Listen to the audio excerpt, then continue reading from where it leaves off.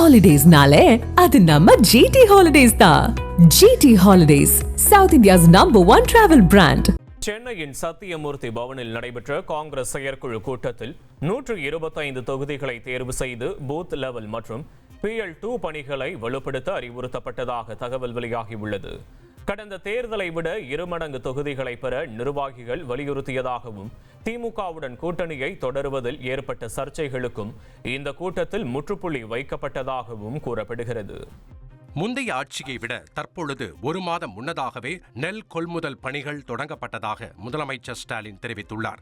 அவர் வெளியிட்டுள்ள அறிக்கையில் கடந்த 4 ஆண்டுகளில் சராசரியாக 42,61,000 மெட்ரிக் டன் நெல் கொள்முதல் செய்யப்பட்டுள்ளதாக குறிப்பிட்டார். இது முந்தைய ஆட்சியின் 22,70,000 மெட்ரிக் டன்னை விட 19,91,000 மெட்ரிக் டன் கூடுதலாக கொள்முதல் செய்யப்பட்டுள்ளதாக தெரிவித்தார். இந்த ஆட்சியில் நெல் குவிண்டால் விலையும் உயர்த்தி இருப்பதாகவும் வேளாண் வளர்ச்சியை 5.66% உயர்த்தியுள்ள இந்த மாடல் அரசு விவசாயிகள் நலனில் தொடர்ந்து முன்னிலை வகிப்பதாகவும் முதல்வர் பெருமிதம் தெரிவித்துள்ளார்.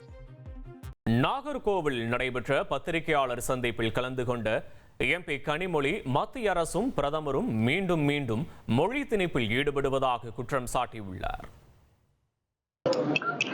திரும்ப மொழி திணிப்பில் ஒன்றிய அரசாங்கமும் பிரதமர் அவர்களும் முனைப்பு காட்டி வருகிறார்கள்.